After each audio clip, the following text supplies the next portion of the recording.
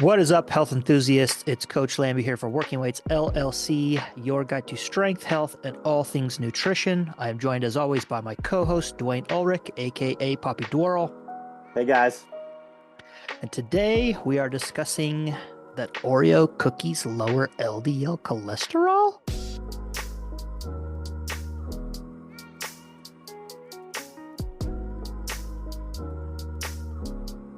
Yes. Yes, we are.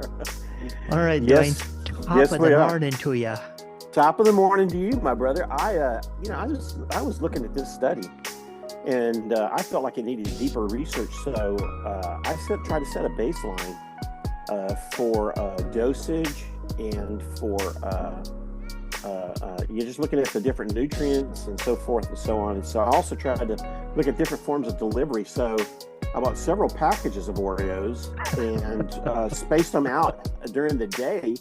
And then I also tried to see if it made any difference if they were embedded in a dairy product, such as ice cream. Yeah. And so far, I haven't come up with the same conclusions that they have. Not the same thing, huh? No, not the same thing. Yeah. All right. Interesting study. We're going to get into it. Before we do that, I wonder if they go well with insects. Maybe the crickets and I don't know, man. The possibilities are endless. I'm crickets and Oreos. I'm out of control.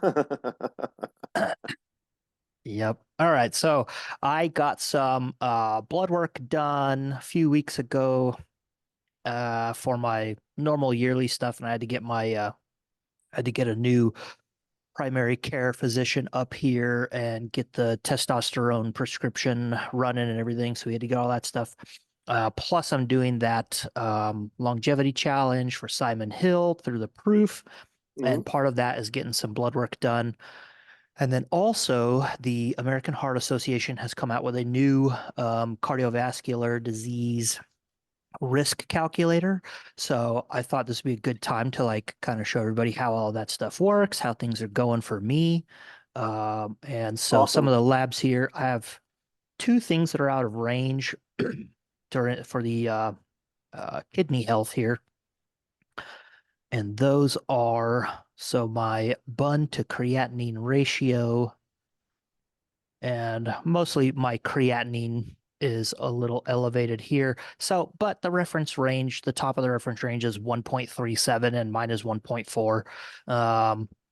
Some things that can affect that are the amount of muscle mass that you have, how hard your workouts are, and creatine. So I actually started supplementing with creatine again at the beginning of January, basically because of my diet change. And those are some things. So am I concerned about this number? I'm not really concerned about that number. I don't think my doctor is either. Haven't heard anything back. So, but for most people, some of the things that we're going to be concerned with here is you're going to be your cholesterol and your glucose numbers. We talk about those a lot. And so my fasting glucose came back at 96. That's kind of always where it's always 95, right in that range. Yeah, that's a normal number for you almost. Yeah, so that's pretty normal for me. I think that's pretty normal for most we call it athletes, people who work out a lot. Hemoglobin A1C fit 5.1, HDL 41, LDL 81. And remember, under 100 is where we want to be. Absolutely. My non-HDL is 94. And the optimal range for that, I think, is 95 and less, maybe 100 Yeah. and less. Yeah. Total cholesterol 135, triglycerides 57, and VLDL 13.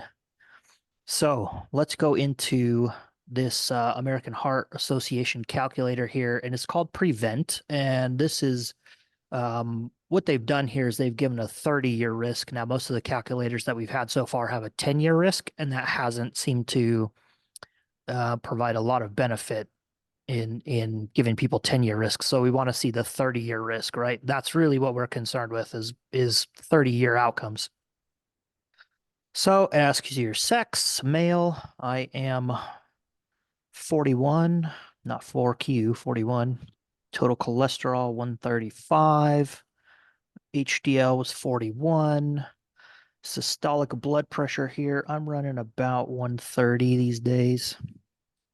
My BMI is, I want to say it's 27. Two. All right. And then now this is another new thing here. This EGFR, this is a kidney. So let's go back and see if we can get that number.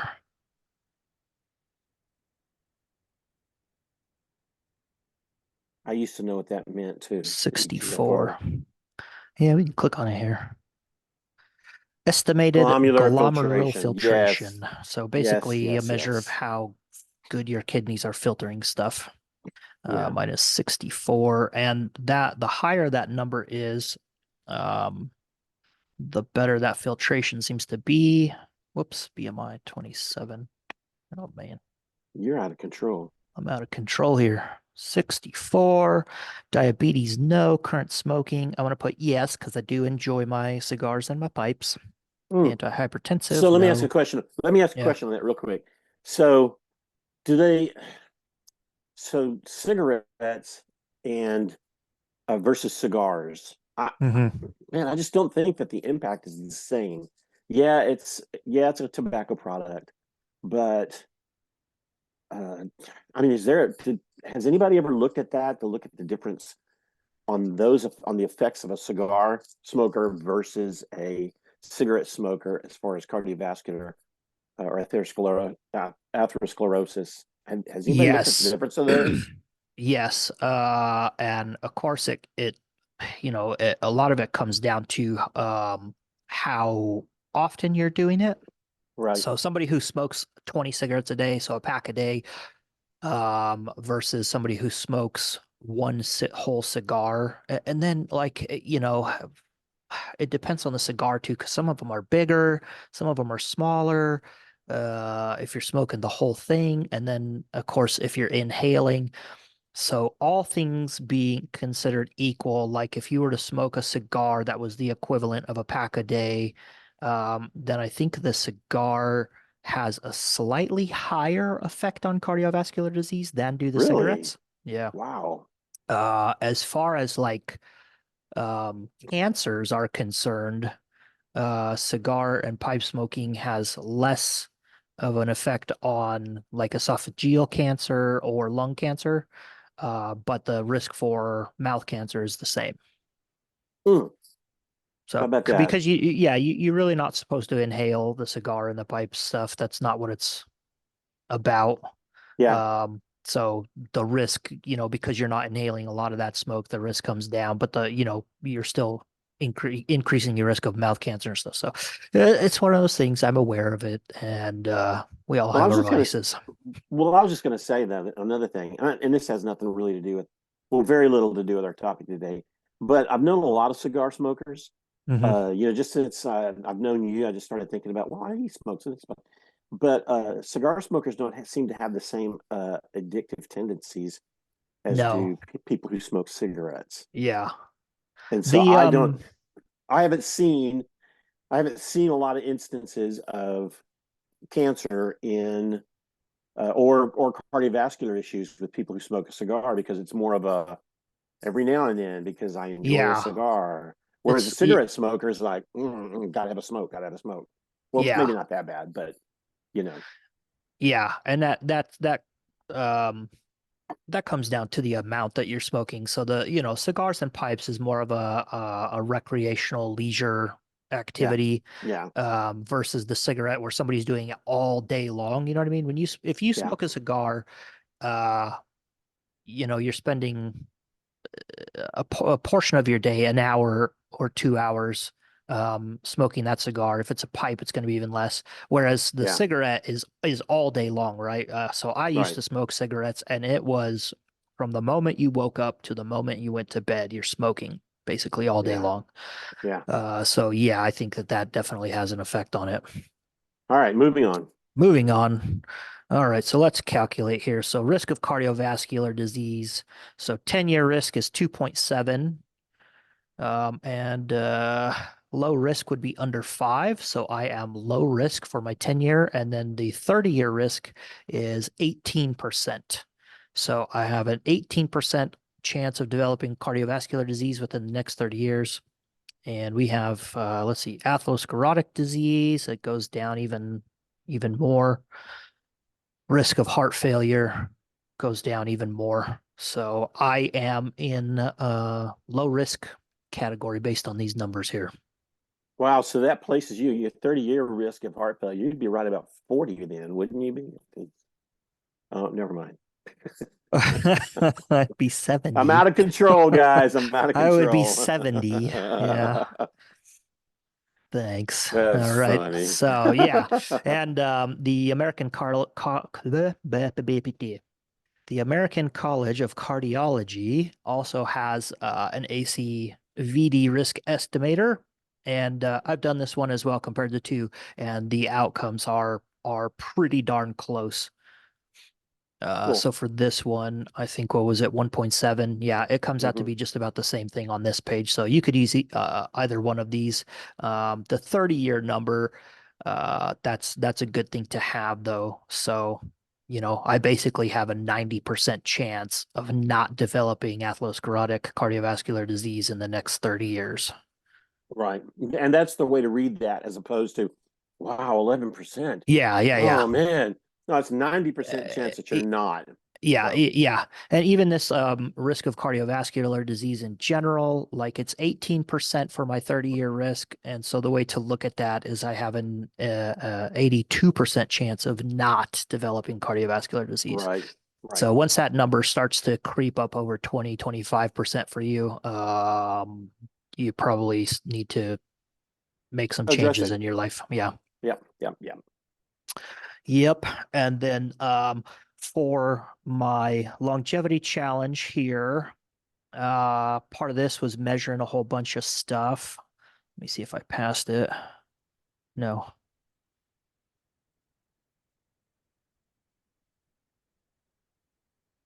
All right, so it asks for things: ApoB, VO2 max, blood pressure, A1C, fasting blood glucose, triglycerides, all of this stuff. So I have a lot of this already. I am going to order a grip dynamometer. They're only like $30.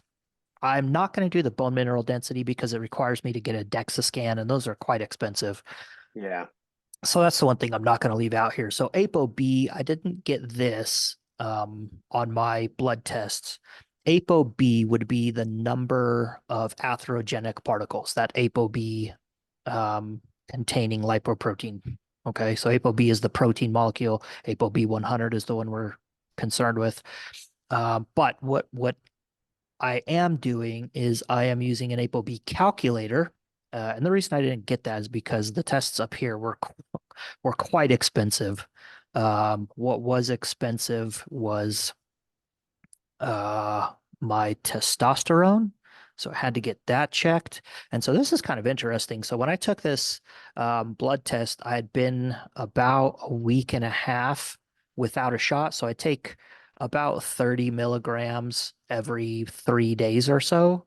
And that puts me on average about 100 milligrams per week.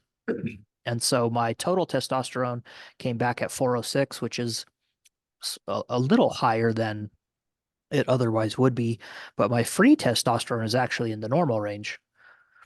So I found that to be a little bit interesting. I don't know if that has anything to do with my dietary changes or anything here. So, but I'm going to use this ApoB calculator for this longevity thing here. And my total cholesterol was 135. HDL was 41. I don't remember what the triglycerides were. 57. LDL was 81. Okay, so my estimated ApoB, and it gives you two different calculations here. So between 67 and 70, so like 68 and a half. And Close. the optimal ApoB cutoff's optimal is under 90. So I am well within the optimal range on my Yep. atherogenic containing lipoproteins. So we have all these calculators here. I'm gonna put these in the show notes for you guys. And you can use those going forward in your own lives to assess your own cardiovascular risks. Excellent.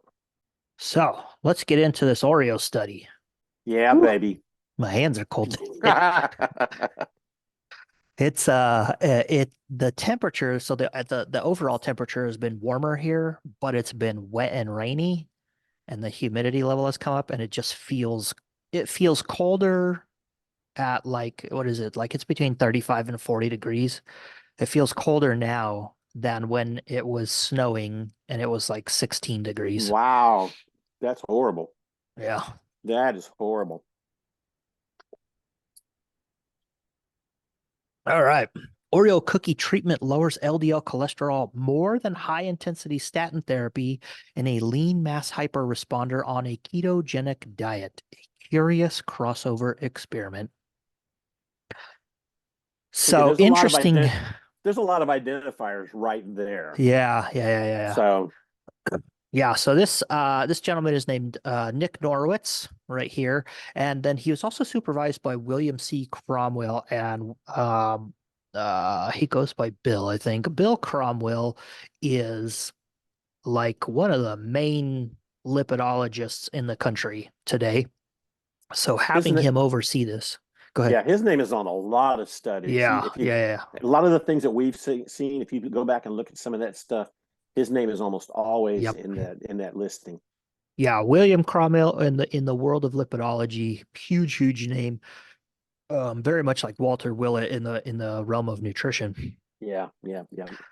So Nicholas Norwitz, he's part of this lean mass hyperresponder crowd, and we've talked about some of the research that's coming from them. Him and another guy, Adrian Soto Mota. I think I'm not on purpose trying to butcher that. I believe his name is Adrian Sotomota. So they're both PhDs. Nick is going through Harvard Medical School right now. I believe he is looking to become an MD. And so he did this experiment on himself. So he's on a ketogenic diet, and it is for therapeutic reasons. So he has ulcerative colitis, and so he went on a ketogenic diet to kind of treat that, and that seems to be working very well for him.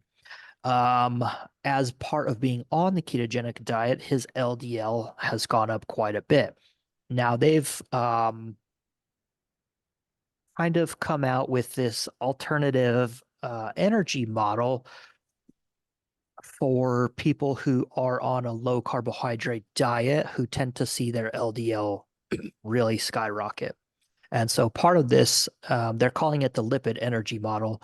And so basically what they're saying is happening here is that as your glycogen stores in your liver get depleted, your body changes over to adapting to run on fat mostly as its energy source rather than glucose. The glucose isn't available anymore, so it's running on fat. When you are of a lower BMI or a leaner individual and you don't have a lot of body fat to pull energy stores from, what has to happen is your liver has to then package the fat that you're eating in your diet in a lipoprotein, which would be a VLDL, and send that out so that the VLDL can carry the triglycerides to the tissues. The tissues will pull the triglycerides out, and that VLDL will be spit back out as an LDL, more IDL, and then an LDL. And so that kind of is their explanation for why LDL cholesterol would increase, or even LDL particle numbers would increase on a ketogenic diet, is because they're now carrying the triglycerides basically to transport the energy source to the tissues. Does that make sense? Yes, it did. Yes. Okay. So, to kind of as a personal experiment to kind of validate this energy model hypothesis, what Nick did here is he made the hypothesis that by increasing the amount of carbohydrate in his diet sufficient enough to restore glycogen stores in his liver, once the glycogen stores were replenished, would then stop producing the VLDL lipoproteins, right? Because now there's glucose to act as that energy substrate, so it doesn't have to produce as much VLDL to carry these triglycerides, right? So what he Yeah. would see is a lowering of LDL because of this increase in carbohydrate. And then another method of confirming that would be to take a statin. And so he proposed that the introduction of carbohydrates would lower LDL more than the statin would because of this energy model. And that actually is what happened here. Now, he chose Oreos basically um, just so that it captured attention. So there's an acknowledgement here that any carbohydrate would have worked, but this wouldn't have gained the popularity that it has had it have been like a sweet potato, right? Yeah. Nobody would have cared. But to do it with Oreos, uh, that gained a lot of attention, right? So, yeah, so this lean mass hyperresponder. So, within this study, he acknowledges here it's important to clarify lean mass hyperresponder is defined solely by the aforementioned lipid triad, which is high LDL, high HDL, low triglycerides, and not with a leanness criteria. And it actually correlates more with a BMI rather than leanness. So this name lean mass hyperresponder is actually a misnomer.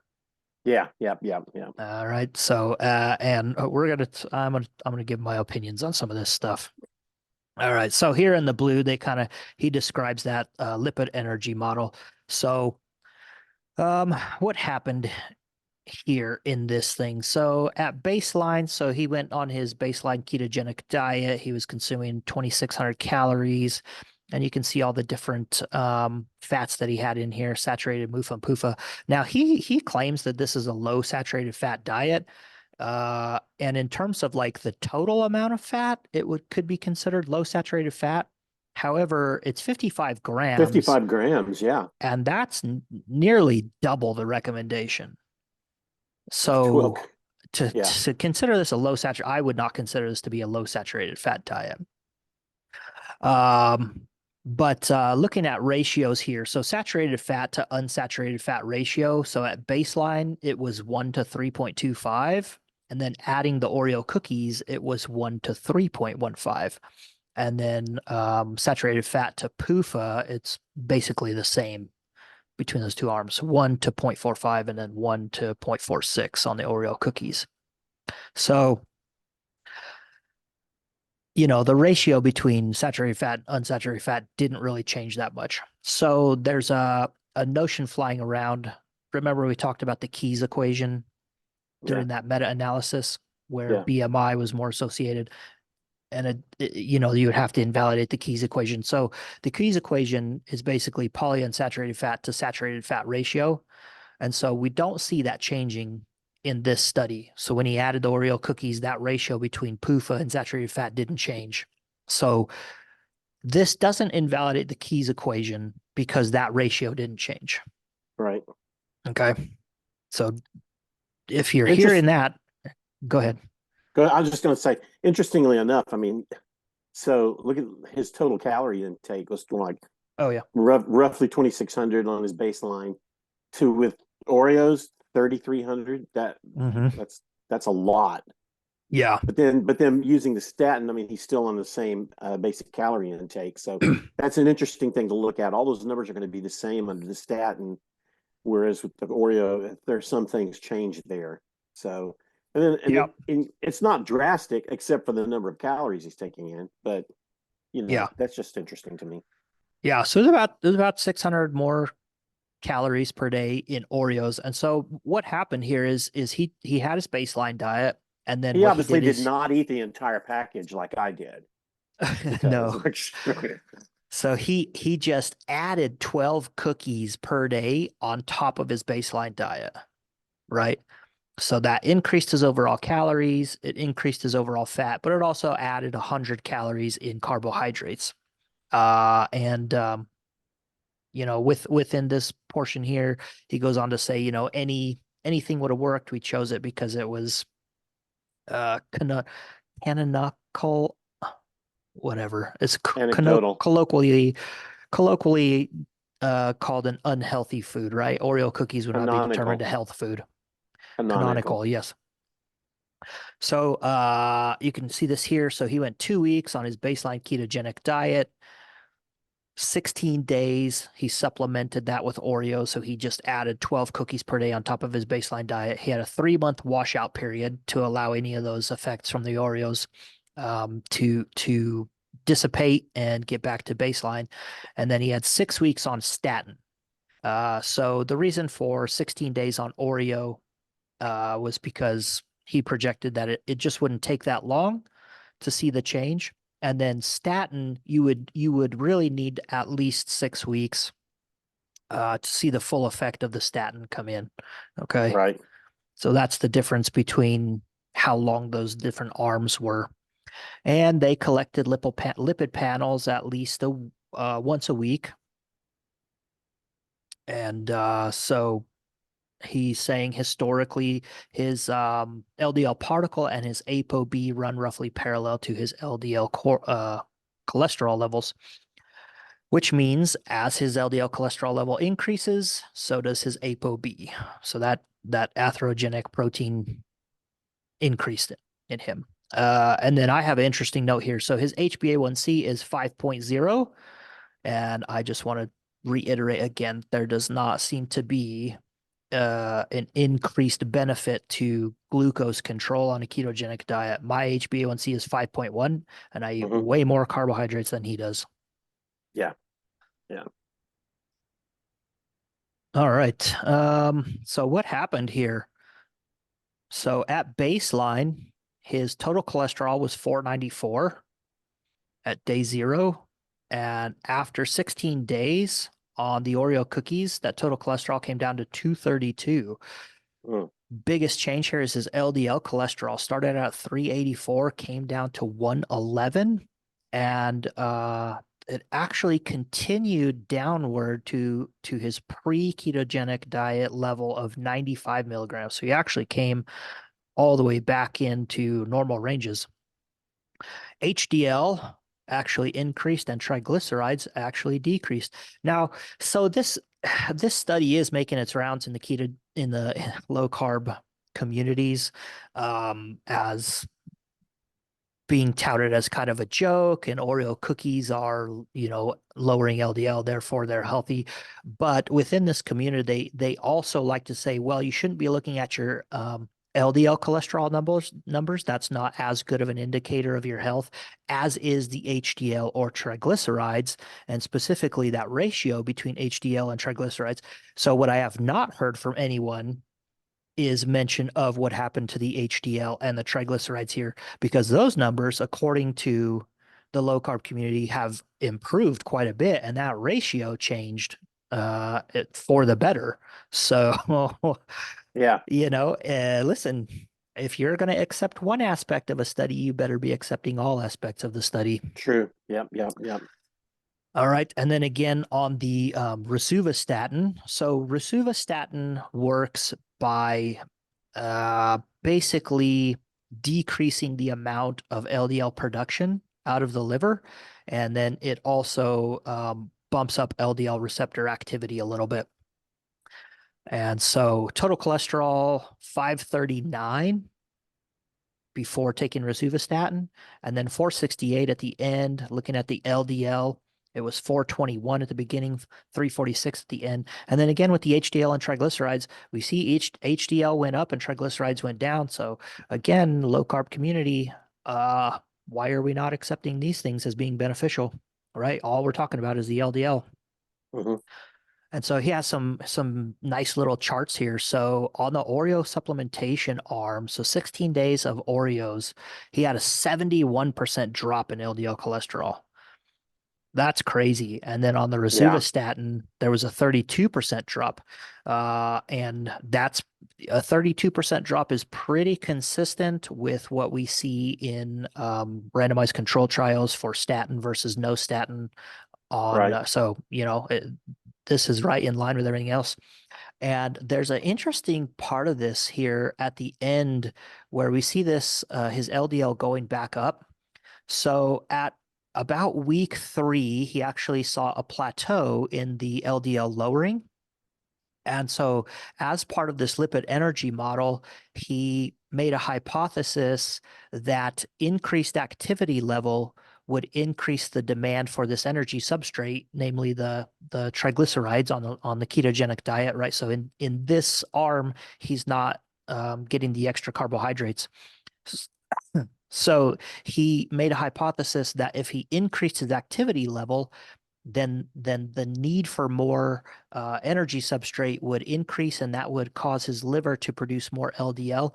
And so he increased his daily steps from 10,000 to 20,000, and he actually saw this increase in LDL cholesterol in accordance with that. So this is a really interesting study to kind of validate this lipid energy model. And it seems to be, his hypotheses were proven true. So I think this is a really, really interesting concept here. Um, Now, this does really only apply to certain people. So they are categorizing these people as the lean mass hyper responder, right? And that there's a correlation with the LDL and BMI, not the body leanness. Okay, so they say that all the time, but yeah. So anyway, so what I actually think is going on here is I think that this is just a category of people who tend to have a specific genetic mutation or genetic alteration, which is kind of producing these effects. So I'm interested in so what qualifies him as a hyper responder?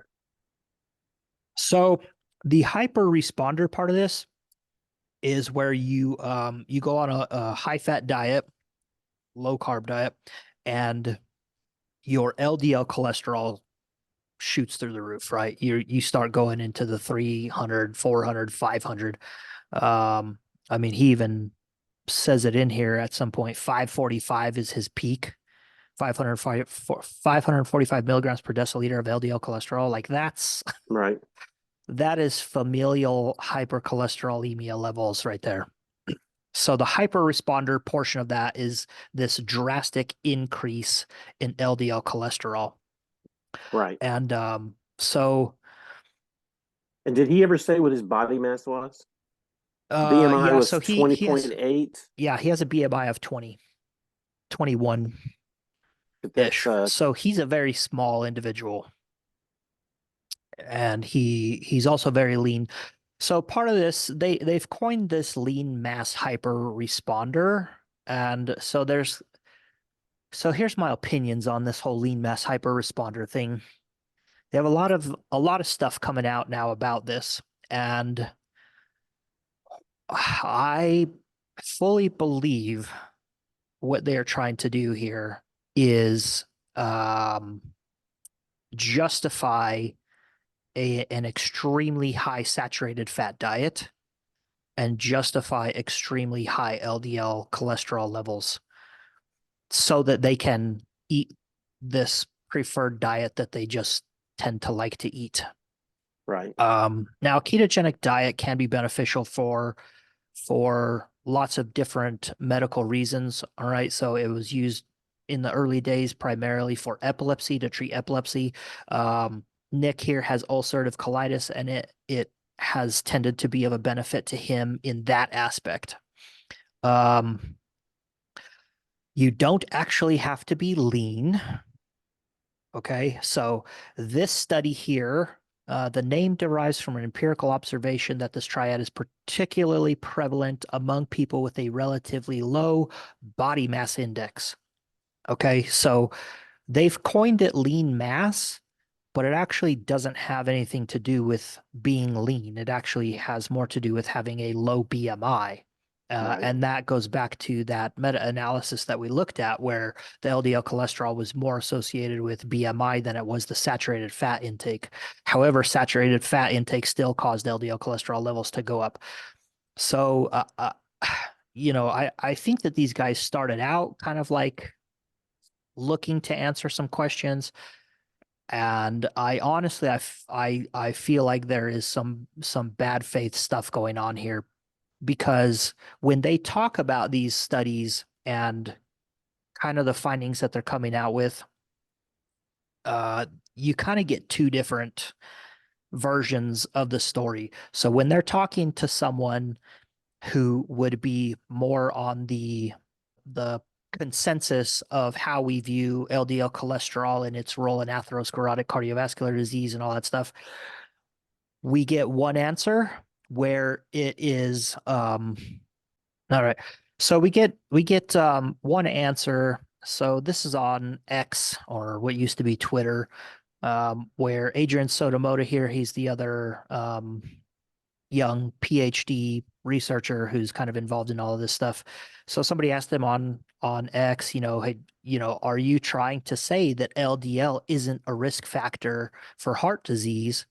And Adrian Sotomoda says, no, I don't believe it is. I know it is.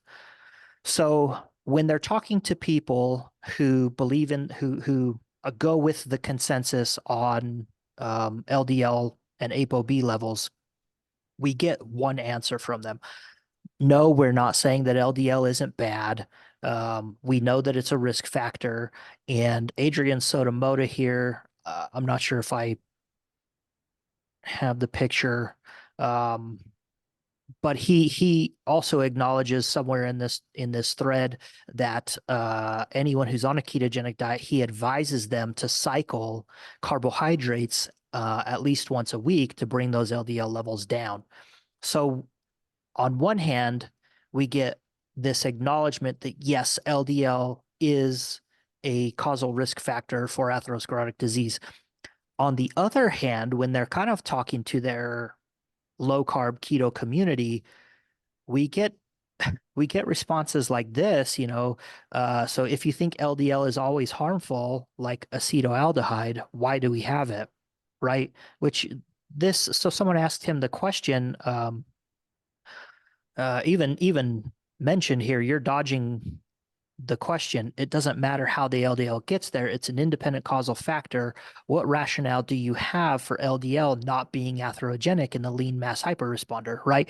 And that's the point here, is it seems to me that they are definitely trying to make the case that LDL is not a risk factor in these lean mass hyperresponders, and that also saturated fat is not a contributor to the increase in LDL.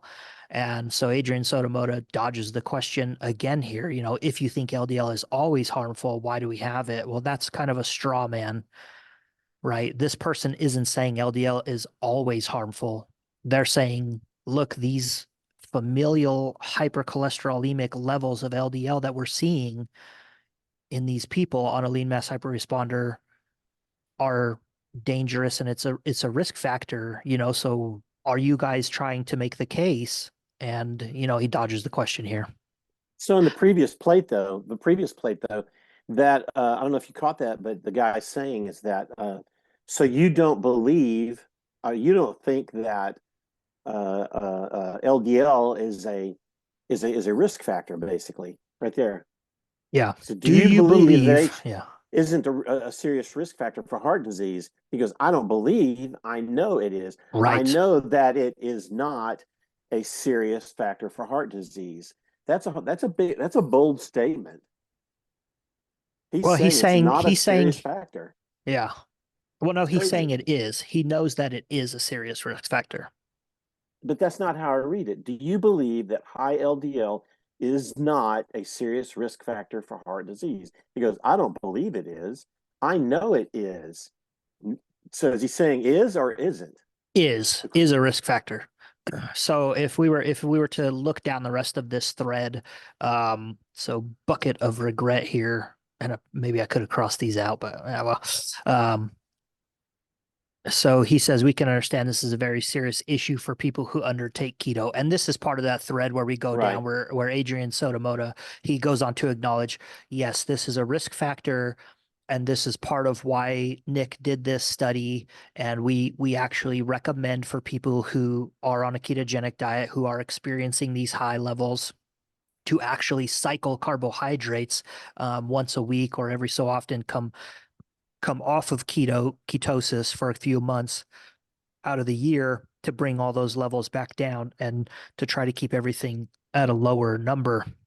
Good. So So he is saying cycle then is what he's yes. saying. So Okay, on good. one hand, they are when they're questioned by it, when they're questioned on this topic by people who are saying, well, look, we have, and I showed that one meta-analysis where it had the Mendelian randomizations, randomized Right. control trials, prospective cohorts, that we see all of that stuff. We have 20 million data points showing that LDL cholesterol is a causal factor, right? Right, right, So when right, you right. when they're being questioned by those people, they're saying, well, we no, we know, we understand that LDL cholesterol is a risk factor. We know it is. We actually advise people to cycle off of ketosis to keep all this stuff down. However, in the low carb community, there are many, many people who are taking these results as to say these results apply to everyone on a low carb diet. Right, right, Saturated fat is not a risk factor, or does not cause LDL to go up in anyone. The government has been lying to you. right, All of the right. recommendations have been wrong. LDL is good for you. Right. And so when those comments are put in under their posts, they're completely silent. There is no correcting the record when it comes to that side of the aisle. So, um, Wow. yeah. So you have somebody said this wouldn't work long term. And Nick, this is the guy who did the study, the subject in the study. He says, no, I don't think adding 640 calories of processed junk food for a prolonged period would be beneficial. It would end poorly in one way or another. And they go on to acknowledge that uh, any carbohydrate would do this, so it would be better to use something like sweet potatoes or Right, brown rice or something like that, right, right, right? right, And so you have somebody here who is correcting the record, right? Saying, no, no, no, no, no, no, no.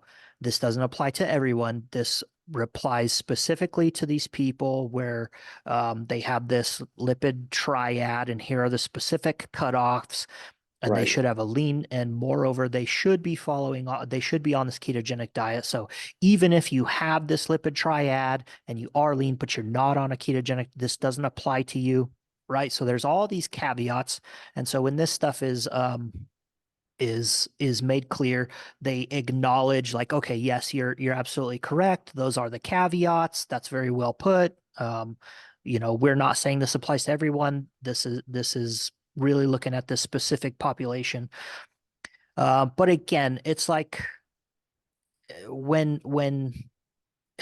you know you have yeah. Sean Baker, hey, retweet this, hey, Oreo, did you know your cookies can reduce LDL cholesterol? That's not No. Hey, no, yeah, no. go over two plates. I mean, one plate. Go over one plate, the other direction. Other direction. One more. So look at that paragraph that's not highlighted. As you would have already guessed, this phenotype is rare. In a study of greater than 70,000 Yeah, people, only three yeah, fulfilled all of the above three criteria. yeah. And that's so I've shown it a couple times. So they have the lean mass hyperresponder CCTV, the coronary angiogram study going on right now, and they compared it to the Miami Heart Trial. And they had a really, really, really hard time finding 100 people to be in that lean mass hypers. They wanted 100 Yeah. people, and they had an extremely hard time. So that's why I'm saying, so they're kind of saying, like, well, oh, this is people who are relatively lean, low body mass. I really think it has more to do with specific genes than anything else. right? So as a result of these specific genes, these people have a hard time putting on body fat. Right, They right. are going to be right. So those are the people who are like, oh man, he can just eat everything and he doesn't gain any weight. It's probably a specific gene mutation that's causing this. Um, and that would explain a lot of what's going on here. So, Yeah, this Oreo study, like it's a very cool study. It's an interesting addition to the way we think about how our body utilizes fats and carbs and everything for energy and how it would transport a lot of that stuff around. So I don't think that the lipid energy model that they're proposing here is actually wrong. I think it adds to our understanding. Um, is it does it make the case that saturated fat should just be completely, yeah, say I it, don't think you say need to it. go stick eating sticks of butter because of what they're saying here. Like I don't think that they're making a good case for that. Um, I think that they are trying to make that case, but none of what they're doing is actually interacting with that, right? LDL is still a causal factor in cardiovascular disease. Saturated fat still increases LDL cholesterol. And it doesn't matter if you're on a ketogenic diet, if your LDL goes up, you are at more risk, right? And looking at Yeah, that lean mass hyperresponder coronary angiogram study, comparing it to the Miami Heart Study. Remember, those were people of a lower BMI, people like Nick who have a BMI of 21 to 23 yeah. versus somebody who's 25 to 27 BMI. Um, and so another guy is Dave Feldman. I heard him come on the YouTube and try to explain away the higher BMI by saying like, well, Tom Cruise and Arnold Schwarzenegger have high BMIs. Brother, Don't even. the people in the Miami Heart Study are not Tom Cruise and Arnold Schwarzenegger. Yeah, exactly.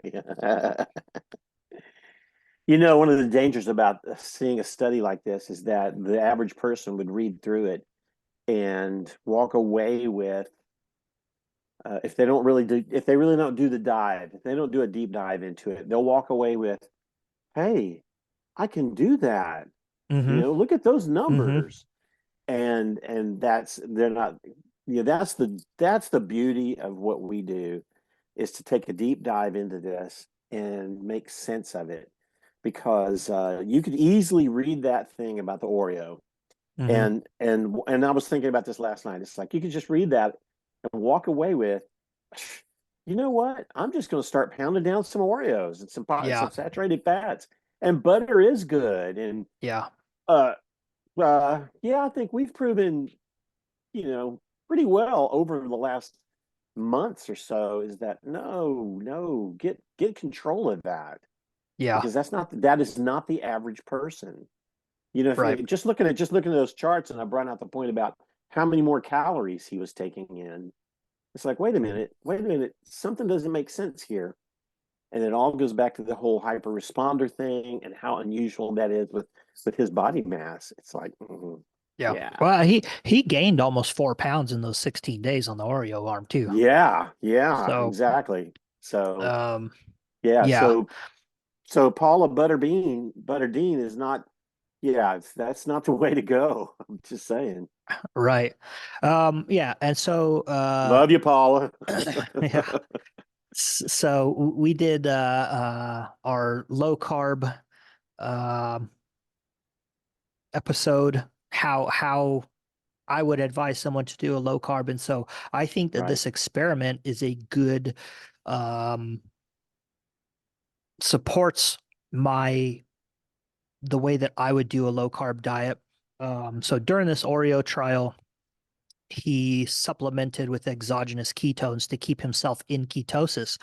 And so we can see that there is a way to do a ketogenic diet to be in ketosis so that, let's say that you're doing it for a medical reason, like you have ulcerative colitis, like Nick does, right? So there is a way to do this without increasing your risk of cardiovascular disease from this LDL cholesterol going through the roof, but also reaping the benefits of being in ketosis. There is a way to do it, right? So you don't have to eat beef, butter, bacon, and eggs and have LDL of 550 in order to see the benefits, right?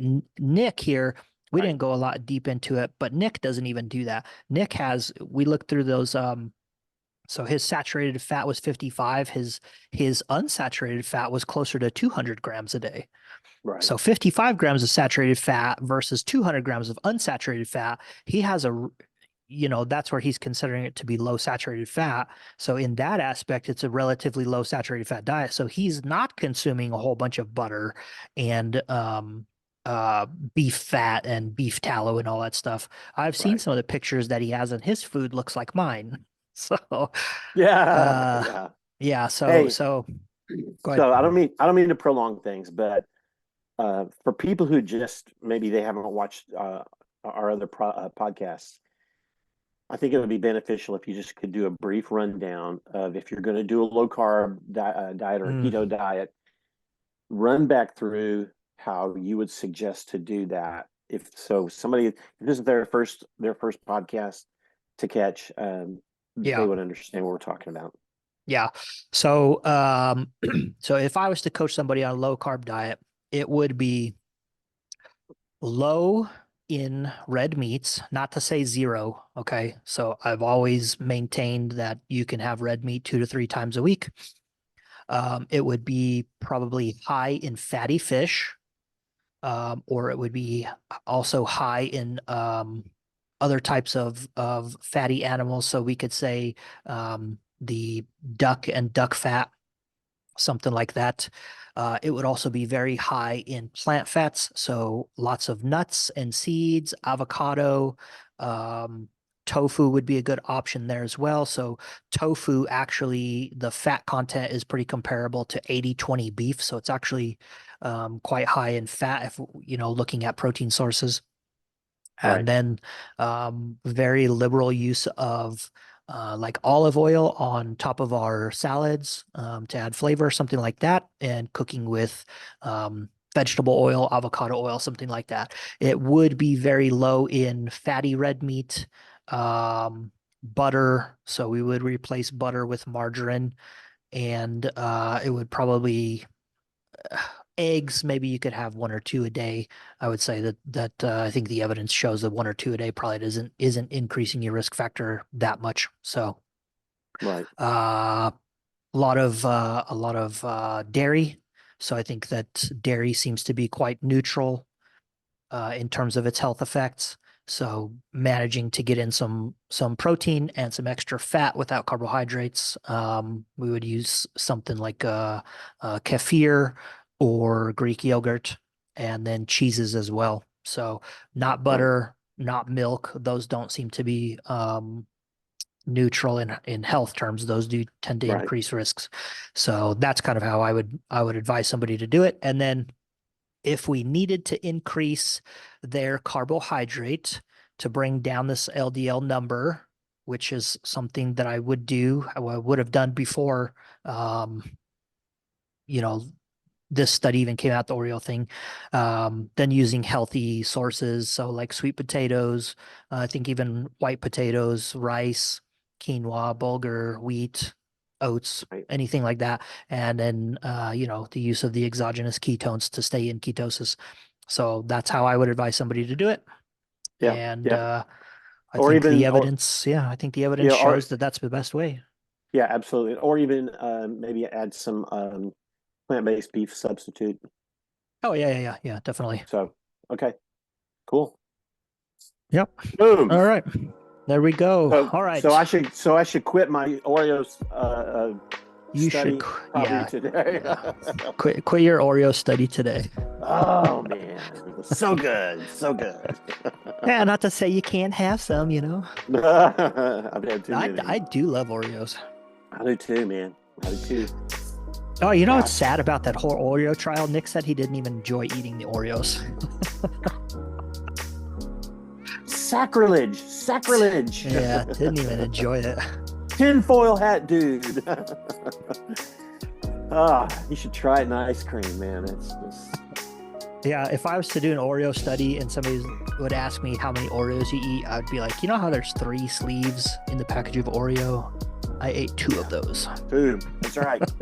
That's right. That's why you have to have 2 packages. That's So right. you Yeah. need 3 sets of 2. 2 packages would last me 2 days. That's right. Yeah. Well, so let's not have any of that laying around the house. Just saying. There you go. All right, folks. Hope somebody out there got something from this. Dwayne, hope it blew your mind. Absolutely. Absolutely. And we will catch you guys on the next episode. Lamby and Dwayne out. Out.